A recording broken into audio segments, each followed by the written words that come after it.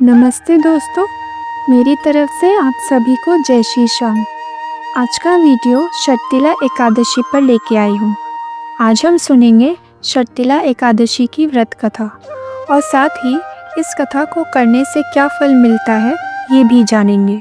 तो आइए एकादशी के महात्म्य से शुरू करते हैं। उसके पहले अगर आपने मेरा चैनल अभी तक सब्सक्राइब नहीं किया है तो प्लीज़ सब्सक्राइब करें और मेरे वीडियो को लाइक और शेयर भी ज़रूर करें।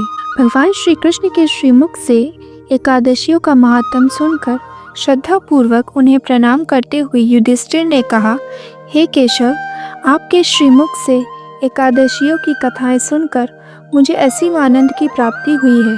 हे मधुसूदन, कृपा कर अन्य एकादशियों का महात्म सुनाने की भी अनुकंपा करें।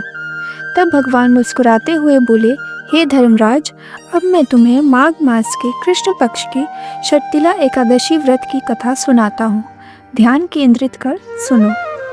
एक बार दालभ्य ऋषि ने पुलत्स्य ऋषि से पूछा, हे मुनिश्रेष्ठ, मनुष्य मृत्यु लोक में ब्रह्म हत्या आदि महापाप करते हैं और दूसरे की धन की चोरी तथा दूसरे की उन्नति देखकर ईर्ष्या करते हैं। ऐसे पाप मनुष्य क्रोध, ईर्ष्या, आवेग और मूर्खतावश करते हैं और बाद में पछताते हैं कि हाय, ये हमने क्या किया। हे महामुनि, ऐसे मनुष्य को नरक से बचाने का क्या उपाय है? कोई ऐसा उपाय बताने की कृपा करे जिससे ऐसे मनुष्यों को नरक से बचाया जा सके, उन्हें नरक की प्राप्ति न हो। ऐसा कौन सा दान पुण्य है जिसके प्रभाव से नरक की यातना से बचा जा सकता है? इन सभी प्रश्नों का हल आप कृपा पूर्वक बताइए। दालभ्य ऋषि की बात सुन पुलत्स्य ऋषि ने कहा, हे मुनिश्रेष्ठ, आपने मुझसे अत्यंत गूढ़ प्रश्न पूछा है। इससे संसार में मनुष्यों का बहुत लाभ होगा। जिस रहस्य को देवराज इंद्र आदि देवता भी नहीं जानते, वह रहस्य मैं आपको अवश्य ही बताऊंगा। माघ मास आने पर मनुष्य को स्नान आदि से शुद्ध होना चाहिए और इंद्रियों को वश में करके काम, क्रोध, लोभ, मोह, ईर्ष्या तथा अहंकार आदि से सर्वथा बचना चाहिए। पुष्य नक्षत्र में गोबर, कपास, तिल मिलाकर उपले बनाने चाहिए। इन उपलों से 108 बार हवन करना चाहिए। जिस दिन मूल नक्षत्र और एकादशी तिथि हो तब अच्छे पुण्य देने वाले नियमों को ग्रहण करना चाहिए। स्नान आदि नित्य कर्म से निवृत्त होकर देवों के देव भगवान श्री हरि का पूजन और भजन कीर्तन करना चाहिए। एकादशी के दिन फलाहार करें या निर्जल उपवास करें तथा रात को जागरण और हवन करें। अगले दिन धूप, दीप, नैवेद्य से भगवान श्री हरि की पूजा अर्चना करें तथा खिचड़ी का भोग लगाएं। उस दिन भगवान विष्णु को पेठा, नारियल, सीताफल या सुपारी सहित अर्घ अवश्य देना चाहिए। उसके बाद उनकी स्तुति करनी चाहिए। हे जगदीश्वर, आप निराश्रितों को शरण देने वाले हैं। आप संसार में डूबे हुए का उद्धार करने वाले हैं। हे कमल नयन, हे मधुसूदन, हे जगन्नाथ, हे पुंडरीकाक्ष, आप लक्ष्मी जी सहित मेरे इस तुच्छ अर्घ को स्वीकार कीजिए। इसके पश्चात ब्राह्मण को जल से भरा घड़ा और तिल दान करने चाहिए। यदि संभव हो तो ब्राह्मण को गौ और तिल दोनों का दान देना चाहिए। इस प्रकार मनुष्य जितने तिलों का दान करता है वह उतने ही सहस्त्र वर्ष स्वर्ग में वास करता है।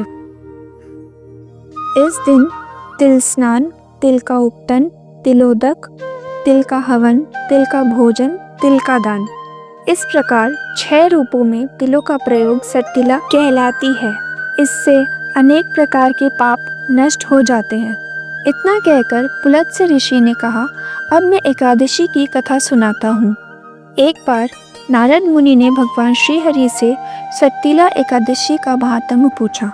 वे बोले, हे प्रभु, आप मेरा प्रणाम स्वीकार करें।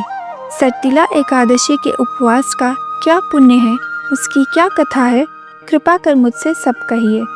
नारद की प्रार्थना सुन भगवान श्री हरि ने कहा, हे नारद, मैं तुम्हें प्रत्यक्ष देखा सत्य वृतांत सुनाता हूँ। ध्यान पूर्वक सुनो। बहुत पहले मृत्यु लोक में एक ब्राह्मणी रहती थी। वह सदा व्रत उपवास किया करती थी। एक बार वह 1 मास तक उपवास करती रही। इससे उसका शरीर बहुत कमज़ोर हो गया। वह अत्यंत बुद्धिमान थी, पर उसने कभी भी देवताओं तथा ब्राह्मणों के निमित्त अन्न आदि का दान नहीं किया था। मैंने चिंतन किया कि इस ब्राह्मणी ने उपवास आदि से अपना शरीर तो पवित्र कर लिया है तथा इसको वैकुंठ लोक भी प्राप्त हो जाएगा, किंतु इसने कभी अन्न दान नहीं किया है। अन्न के बिना जीव की तृप्ति होना कठिन है। ऐसा चिंतन कर मैं मृत्यु लोक में गया और उस ब्राह्मणी से अन्न की भिक्षा मांगी। इस पर उस ब्राह्मणी ने कहा, हे योगीराज, आप यहाँ किस लिए पधारे हैं? मैंने कहा, मुझे भिक्षा चाहिए। इस पर उसने मुझे एक मिट्टी का पिंड दे दिया। मैं उस पिंड को लेकर स्वर्ग लौट आया। कुछ समय व्यतीत होने पर वह ब्राह्मणी शरीर त्याग कर स्वर्ग आई। मिट्टी के पिंड के प्रभाव से उसे उस जगह एक आम वृक्ष सहित घर मिला, किंतु उसने उस घर को अन्य वस्तुओं से खाली पाया। वह घबराई हुई मेरे पास आई और बोली, हे प्रभु, मैंने अनेक व्रत आदि से आपका पूजन किया है, किंतु फिर भी मेरा घर वस्तुओं से रिक्त है। इसका क्या कारण है? कृपा कर मुझे बताइए। मैंने कहा, तुम अपने घर जाओ और जब देव स्त्रियां तुम्हें देखने आए तब तुम उनसे शर्तिला एकादशी व्रत का महात्म और उसका विधान पूछना। जब तक वह न बताए तब तक द्वार न खोलना।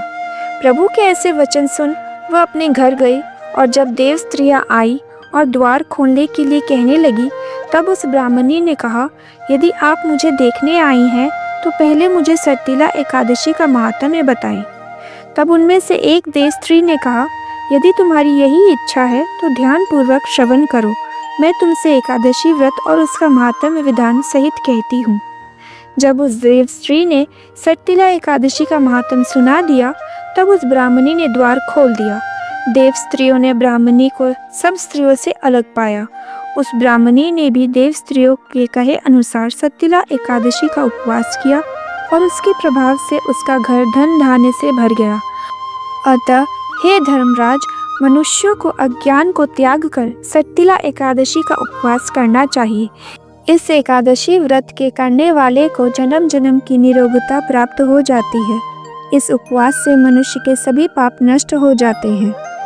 इस उपवास को करने से जहाँ हमें शारीरिक पवित्रता और निरोगता प्राप्त होती है, वही अन्न, तिल आदि दान करने से धन धान्य में बढ़ोतरी होती है। इससे यह भी सिद्ध होता है कि मनुष्य जो जो और जैसा जैसा दान करता है, शरीर त्यागने के बाद उसे फल भी वैसा वैसा ही प्राप्त होता है। अतः धार्मिक कृत्यों के साथ साथ हमें दान आदि अवश्य करना चाहिए। शास्त्रों में वर्णित है कि बिना दान किए कोई भी धार्मिक कार्य संपन्न नहीं होता। तो यह थी शर्तिला एकादशी की व्रत कथा। उम्मीद करती हूँ आपको मेरा यह वीडियो पसंद आया हो। धन्यवाद।